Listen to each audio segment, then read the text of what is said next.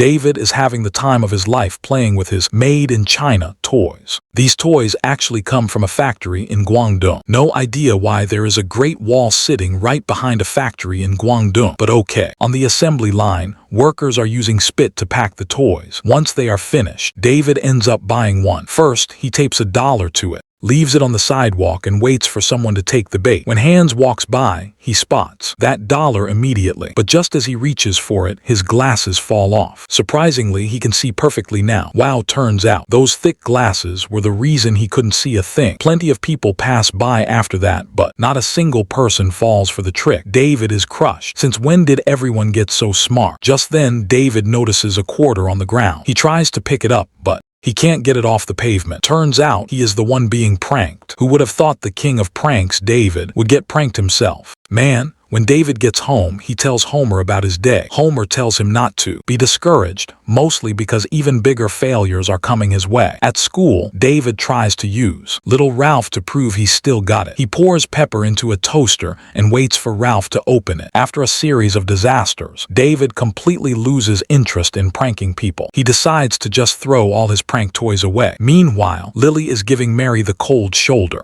A few days ago, Lily caught Mary secretly complaining to Homer about how exhausted she is from pretending to enjoy Lily's saxophone playing. Hearing this, Lily actually fainted from the shock. When she woke up, Mary was still complaining to Homer. They clearly had a lot to talk about because they kept going until nightfall, and Lily heard every single word. Like the capable daughter she is, Lily confronts Mary for being so dishonest. Mary tries to apologize, but Lily's heart is broken and she's not ready to hear it. After Lily leaves, Mary finally realizes how bad things are. She thinks back to when Lily started school, and she gave her that pearl necklace. The sweeter the memory, the more it hurts now. So, to win Lily back, Mary plans a trip to New York to cheer her up. Just as Lily goes to grab her saxophone, the airport shuttle arrives. With the girls gone, the job of looking after little Mike falls to Homer, or rather David. Actually, that works out fine. David seems to have found a new partner in crime. The two of them team up, dressing like adults to get into the amusement park for the big roller coasters. Then they drop Mike off at a neighbor's house, making him dress like a little angel. Back home,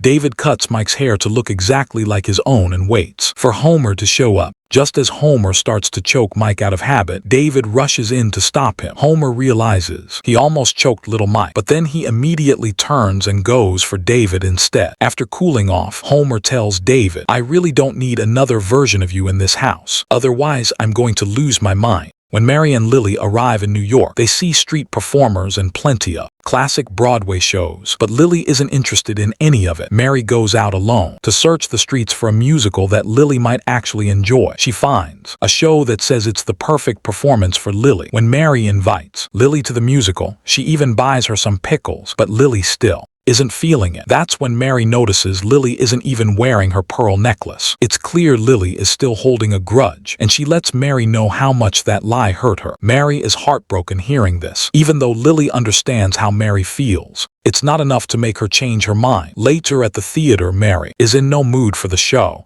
She's only thinking about Lily. Even when the show ends, Lily still refuses to forgive her. Just then, the star of the show, Andrew Norris, walks out. When he hears they traveled thousands of miles to see him perform, he invites them both to dinner. At the restaurant, while Mary is away for a moment, Lily starts venting about her family, how Mary talks behind her back, how lazy her father is, and how her brother spends all day pulling pranks. Lily thinks back on what Andrew just said and suddenly realizes how smart she's being. Putting herself in Mary's shoes, she finally understands how hard it's been for her. When Mary returns, Lily hugs her and apologizes, admitting she was wrong. She pulls the necklace out of her hair and puts it back on. Mary is overjoyed and apologizes again for what she did. Now that they've made up, they head outside and Lily starts happily singing "Don't Rain on My Parade" by Barbara Streisand. There are so many tiny details hidden in this performance, like the three sailors passing by. They are the leads from the musical on the town. Then there is the naked cowboy, Robert John Burke, who is always in Times Square. The mouse from the Itchy and Scratchy cartoon gets caught, followed by a series of references to Broadway classics. We see the King from The King and I, Frederick from The Pirates of Penzance, and Eric from The Phantom of the Opera, most surprisingly. Even Simba from The Lion King shows up. Lily continues singing in the subway. Then at the High Line, of course,